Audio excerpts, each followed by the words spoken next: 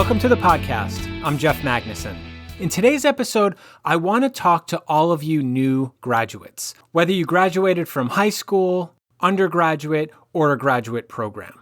And first of all, congratulations. It's a huge accomplishment. You should feel really proud of yourselves, especially working through your degrees during COVID, which had no playbook for it, and you had to navigate it on your own mostly, virtually, under a lot of stress. So good for you for getting it done. This episode also assumes that you're currently not working or you don't have something lined up. And if you do and you're just curious, obviously stick around. These job search tips are universal. They're absolutely going to apply to you most likely at some point in your career. And if you're curious, you'll learn a lot in these next few minutes. So number one, if you don't have a job right now and you just graduated, please realize that that is perfectly okay. I did not have a job lined up after I graduated from undergrad, as well as when I graduated with my MBA. After I graduated from college with a degree in economics, I wound up going back to an old summer job where I was driving around, picking up and delivering air conditioning and refrigeration parts and helping out mechanics. That's not what I went to school for, but my parents were supportive and they said, don't just take anything. You're earning money while you job search. So having that support system, whether you have one or not directly, you have one here, okay? Because I've been there. I understand what you're going through or what you might be feeling. The point is, you want to just take care of yourself. You don't want to put any added pressure on yourself. If you're able to live at home, be grateful that you can live at home. That's what happened to me after I graduated with my MBA 10 years ago. I was an adult moving back in with my mom temporarily while I was looking to restart my career in marketing. It wasn't a great feeling, but I was able to keep the negativity at bay by just being grateful that I could live in her house and not pay rent and really look for a great opportunity, which I eventually found. What's also really important to understand is you never ever want to compare yourself to anybody else. I'm sure you all have former classmates or friends who may have great jobs lined up and maybe they're starting really soon and they're really excited about it. And maybe you feel a little bit jealous or you feel like you're behind or you feel kind of worthless. Don't. Not having a job is really, really common. I understand it's not a great feeling. I've been there a couple of times, as I said, but understand that you're not alone. It's just one of those things that not many people discuss openly. If you want to discuss it with me, you can. Just drop me a line on my website and we can talk about it. Keep the negativity at bay. There are a lot of companies out there. They are starting to hire again. It's June of 2021 as of this recording. We are hopefully coming out of this pandemic for good. Companies are opening their wallets. They're hiring more people. There's going to be a lot more movement. And just because they're hiring does not mean that the right person is easy to find. It's not. I've talked about this before. Hiring is really hard for companies. You've probably heard about it now, where teenagers going in for positions like summer jobs, companies and restaurants and so on have to pay up like a premium to get them because it's really difficult. Hiring's not easy. Finding the right people is not easy. So don't ever be fooled in thinking just because LinkedIn shows 300 people have applied for this position that they're all set and they have their pick of dozens of great people. They don't. You also want to be careful about any of the fear that sometimes gets perpetrated by other people posting about job searching online. If you don't get a job right away, like your degree is going to be diminished, or if you're switching jobs and the longer you're out of work, the harder it is to find a role, it's all bullshit, okay? It's a fear tactic and they're using it to keep you on your heels. So there's the illusion that the company is in control and you have to take whatever you get because you'll be lucky to get it. It's just not the case. People leave companies all the time. People are let go all the time, whether they have something lined up or not. It's immaterial. It might be a little bit longer to find something, but not always. This is a marketplace. Marketplaces are very unpredictable, and there's a lot of other factors involved, which you'll see if you haven't once you start job searching. Along those lines, you also want to be really mindful about who you're getting advice from. For instance, there's a lot of recruiters out there, like external recruiters, like headhunters, as well as recruiters within companies. They're good people, they're trying to make a living, they're working hard, but their interests really lie with placing you at their company. Some of them work on commission, some don't. But nevertheless, when you get advice from somebody like that, always understand where somebody else's incentives lie. All right. So like recruiters get paid by companies when they place you. So don't assume that they are your coach, your mentor, or your friend. They're not. They're agents for a company.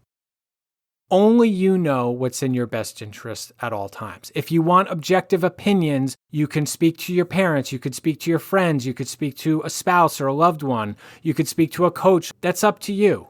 But just be aware of who you're speaking with and also where you're getting your advice from. Okay, so some practical tips on getting started or continuing to build momentum for your job search. Obviously, your resume. You want to highlight whatever experiences you have, whether it's work experience, internships, school projects, volunteer work, helping a family friend, whatever it might be. People understand that you're a recent grad and your work experience might be limited. So think about what they need, what they're looking for based on their job description. And if you have something similar that you've done or achieved, put it down. Your resume is your marketing document. The only purpose your resume serves is to get you interviews. Okay, it's not a legal document that you have to have everything you've ever done in excruciating detail. You don't. A lot of people only spend seconds reading them. So you want to be mindful and just give them the punchline. Give them the good parts, and you can go into all the gory details during the interview should it come up. Also, you are looking for good hiring managers, people who you want to work with and work for. They understand that your experience is limited. Don't worry about job postings that say, oh, recent college grads with 2+ years of experience. Ignore it. If you can do half of what's on the job description, apply for the job. Don't worry about what they put. There's a whole episode on job descriptions that talks about why a lot of them are written very poorly. In addition, there's other episodes that you'll see that go much more deeply into resume writing and so on. So I encourage you to listen to those as well. LinkedIn. If you're not on LinkedIn, get on LinkedIn. And if you're not a big social media person, I understand, but LinkedIn is a professional site that will absolutely help you with your job search. And when you update your profile and optimize it, which doesn't take a long time, you're enabling other people to find you as well. So you're giving yourself an even better chance of getting interviews. If you want to connect with me, it's linkedin.com/in/jmagnuson. There's a link on my website at jeffmagnusonconsulting.com as well.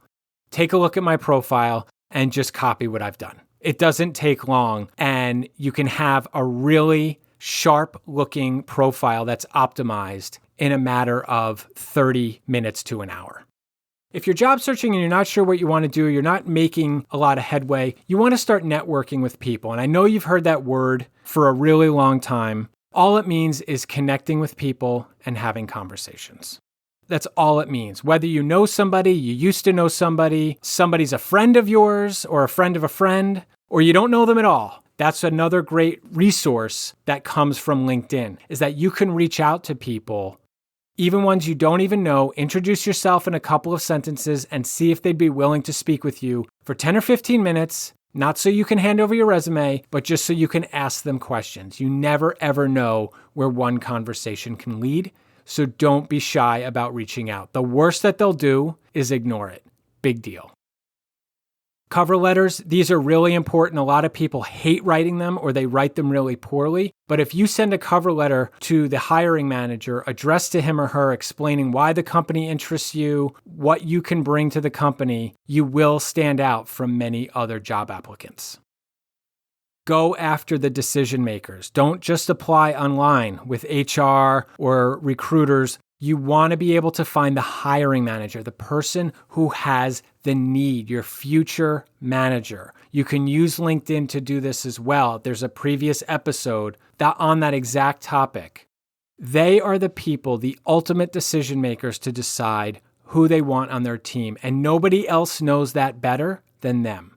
HR may initiate the process, but there's no way that they have the ability to know every nuance of every opening or the personality of every manager and exactly who they're looking for in a candidate. Because there's a lot of hiring managers out there who don't care about experience, especially for you recent college grads. They just want to see excitement, enthusiasm, a wanting to be there. If you can sit in an interview and bring the energy and explain why the company and the role interests you, and the fact that you're willing to roll up your sleeves, pitch in, and learn, that will go a long way. Start practicing your interview skills now. I know you don't want to.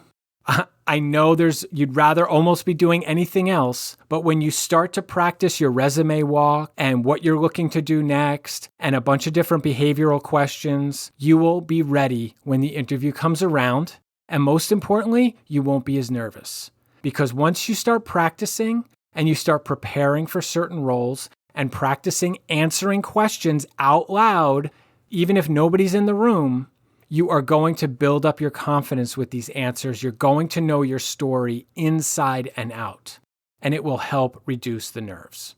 And if you want some more resources, I have a book on this subject that goes through all these topics and more. It's called Get the Right Job, just like the podcast, and it's available on Amazon either as a paperback or as an ebook. In addition, on TikTok, my handle is Ask Jeff. There's over 400 videos. They're all free. There's about 150 videos on Instagram that are all available to you. You can take a look at, we talk about salary, we talk about interviews, we talk about interview questions, we talk about general topics, concerns that people have. My handle on Instagram is my full name, Ask Jeff Magnuson. If you have any questions, if you want to talk to me one-on-one, please drop me a line at jeffmagnusonconsulting.com. I wish you all well on your job search. Thank you so much for listening, and I'll see you at the next episode.